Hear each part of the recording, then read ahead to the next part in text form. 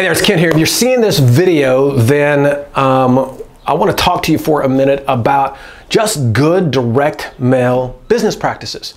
For one reason or another, there seems to be some misinformation, misconceptions, and people out there that believe they know more about direct mail than they honestly do.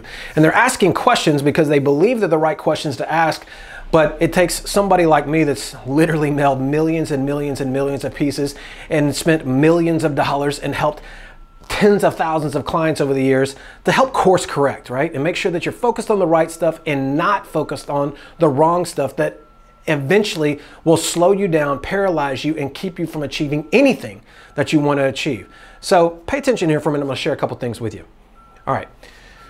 Number one, what are some of the best practices of direct mail? Well, you can go Google this right now, right? This has nothing to do with real estate investing. You can go look today and see that no direct mail will work, period. It will never work in mass if you only mail one time. The only type of direct mail that will work if you just mail one time is if you are sending a very, very high touch piece to a handful of people. Meaning, if you are sending 1,000 people a FedEx envelope that the contents of it are so mind-blowing, right? So for instance, we send a video mailer sometimes, and inside of that video mailer, or inside of that FedEx, people open up and a video will play. This is something that costs us $25 to send. So for 1,000, I'm spending $25,000, but I only need to mail it once. I still spent 25 grand, but I only needed to mail it once. Why? Because FedEx open rates are 100%. Why? Because when they pulled it out, it wasn't just some letter, it was an actual video that played that blows their mind and I know is gonna work.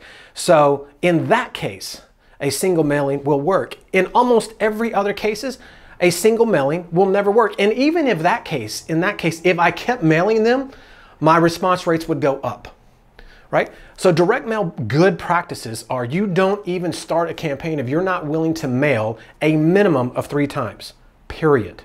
Let me say it again. If you're not willing to mail the list 3 times, then don't do it. There's people out there that talk about, well, Ken, I have a list of 10,000 and I mailed 3,000 one week and I mailed another 3,000 the next week and then I mailed 4,000 the following week. So I mailed 3 times. No, that is not 3 mailings. That's mailing one list of 10,000 one time over a 3-week period.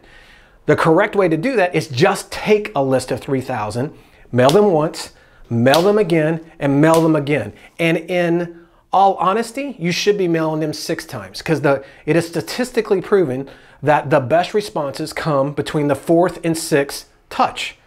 There's a reason you continue to get that Bed Bath & Beyond blue postcard where it says 20% off and you've got it for the last 15 years every month because it works. They know over the course of time, you will break down and come in with that coupon.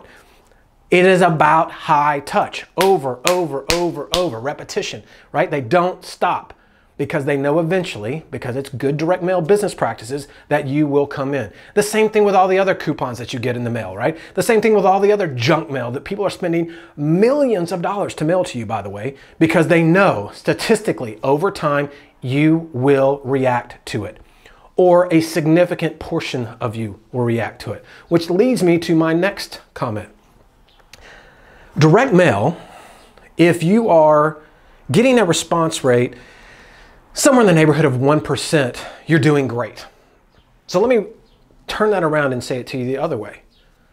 If you fail 99% of the time, you're doing great, right? If 99% of what you send out, you never hear one word about, you're killing it because you still got your 1% response rate. If you get 2 or 3% response rate, they're going to write books about you. They're going to build monuments to you because you're killing it in the industry, right? So when people pick up the phone and they call me and they're like, Kent, you know, my response rates were only 1%. That's a mind shift. Got to go the other way.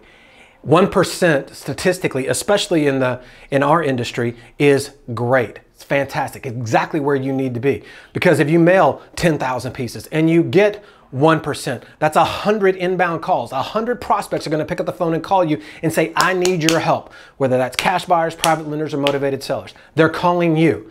You've got 100 opportunities there. That 10,000 piece mailing probably cost you somewhere in the neighborhood of $5,000 of its postcards to get it out the door. So you spent $5,000 to get 100 leads in the door, right? Or 50 bucks a lead. And if you convert 1 out of every 20, which again, statistically is the number, 1 out of every 20, it should lead to somewhere in the neighborhood of 2 to 5 deals, depending on the nature of the calls.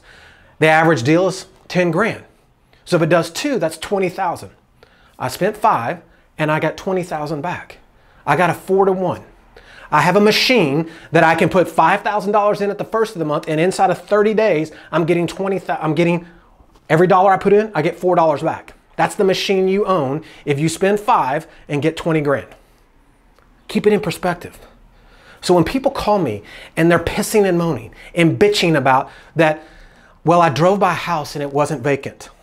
My initial comment to me is, what in the hell is wrong with you? What are you thinking?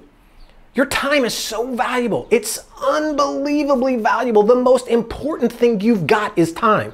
Why would you get in a car and drive to go check to see if a house is vacant?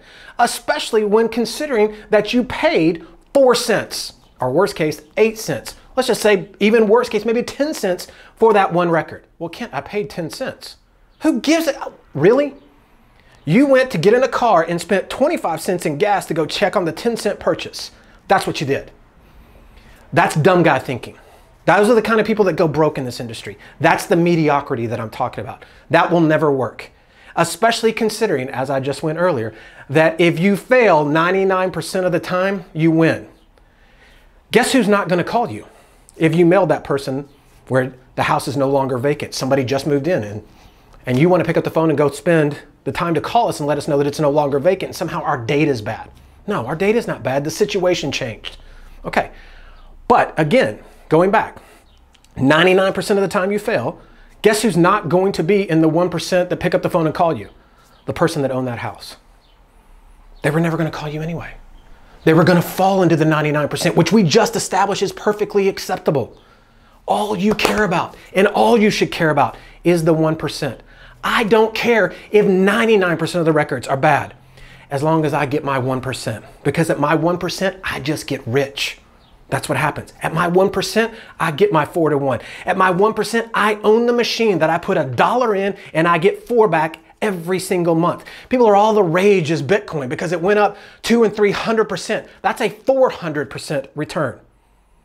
Let's get smart, guys. Let's think about this, right? This is the way you build an empire. You're never going to build an empire going off and worrying about the 4-cent record, the 8-cent record, the 10-cent record that was going to fall into the 99% that was never going to call you anyway.